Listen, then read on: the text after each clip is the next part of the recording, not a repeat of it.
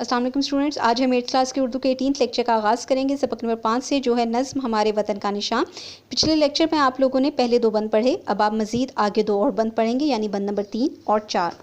ये निशान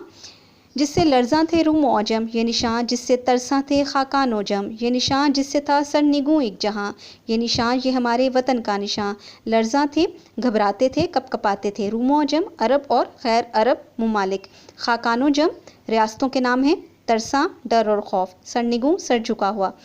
यहाँ पर बात हो रही है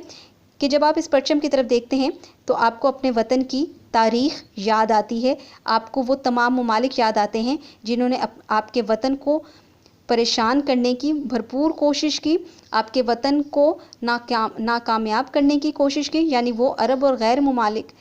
अरब ममालिक जिनके बादशाहों की बादशाहत का चर्चा था और जो ये चाहते थे कि उनके मुल्क के अलावा कोई दूसरा मुल्क कायम दायम ना रहे या आज़ाद ना हो। लेकिन जब उन्होंने इस वतन के फ़ौजियों की तरफ देखा, इस वतन के लोगों के जोश व जज्बे को देखा, परखा, तो उन्हें समझ आ गई कि इस वतन को नुकसान पहुंचाना उनके बस की बात नहीं। इसके साथ साथ वो रियासतें खाकानो जम जिनकी अज़मत के सामने बड़े बड़े ममालिक हार मान जाते थे, जिन रियासतों के बारे में ये बात सोची जाती थी कि इनको कोई शिकस्त नहीं दे सकता, लेकिन जब ये रियासतें इस वतन के ख़िलाफ़ साजिश करने की कोशिश में लगी थीं तो उन्हें इस बात समझ आ गई थी कि इस वतन को हराना आसान नहीं है, क्योंकि जिस वतन के लोग इतने बहादुर हों, जो अपनी जान पर खेल जाएं अपने वतन को कायम दायम रखने के लिए, उनको हराना मुमकिन ही नहीं है। तो जब आप इस परचम की तरफ देखते हैं तो आपको याद आता है कि बड़े बड़े ममालिक जिनके सामने कोई अहमियत नहीं रखता था, जिनका कोई बाल बेका नहीं कर सकता था, क्या हुआ कि इस ममालिक ने, इस वतन ने उनकी तमाम साजिशों का कला कमा कर दिया और वो तमाम रियासतें, तमाम ममालिक हमारे वतन के सामने अपने सरों को झुका गईं। तो ये परचम हमें उस वक्त की याद दिलाता है। चौथे बंद की तरफ आते हैं। ये निशान अपनी ज़र्री रवायात का, ये निशान गाजियों की करामात का, जिनका जोश मुसलसल था तेग़ रवां, ये निशान ये हमारे वतन का निशान। ज़र्री रवायात,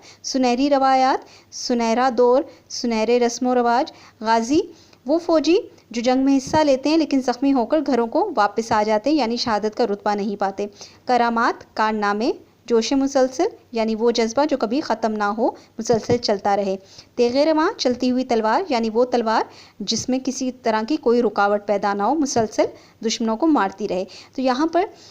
ये बात की जा रही है कि जब आप इस परचम की तरफ देखते हैं, गौर करते हैं, तो आपको वो तमाम फ़ौजी याद आते हैं जिन्होंने वतन को हासिल करने के लिए बड़ी मेहनत की, जद्दोजहद की, अपनी जान पर खेल गए। और कुछ ऐसे थे जिनके जिस्मों पर ज़ख़म आए लेकिन वो दुश्मनों पर फिर भी हमला करते रहे, दुश्मनों पर अपनी तलवारें चलाते रहे और उनके अंदर जो जोश और जज्बा था वो बिल्कुल ऐसा था जैसे चलती हुई तलवार है। जैसे चलती हुई तलवार को रोका नहीं जा सकता, इस तरह उनके जज्बे को भी कभी भी ख़त्म नहीं किया जा सकता था। उनके जोश और जज्बे ने दुश्मनों को नाकामी का सामना दिखाया, नाकामी दिखाई, ठीक है, नाकामी का मुंह देखना पड़ा, क्योंकि इन फ़ौजियों ने अपने जोश और जज्बे से अपने वतन को कामयाबी दिलवाई, अपने वतन के लोगों की हिफाजत की और वो तलवार बन गए जिस तलवार ने दुश्मनों का मुकम्मल कला कमा किया, दुश्मनों को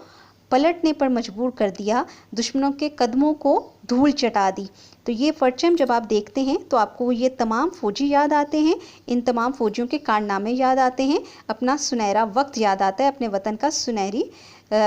की सुनहरी तारीख़ याद आती है। तो आज आप लोगों ने तीसरा और चौथा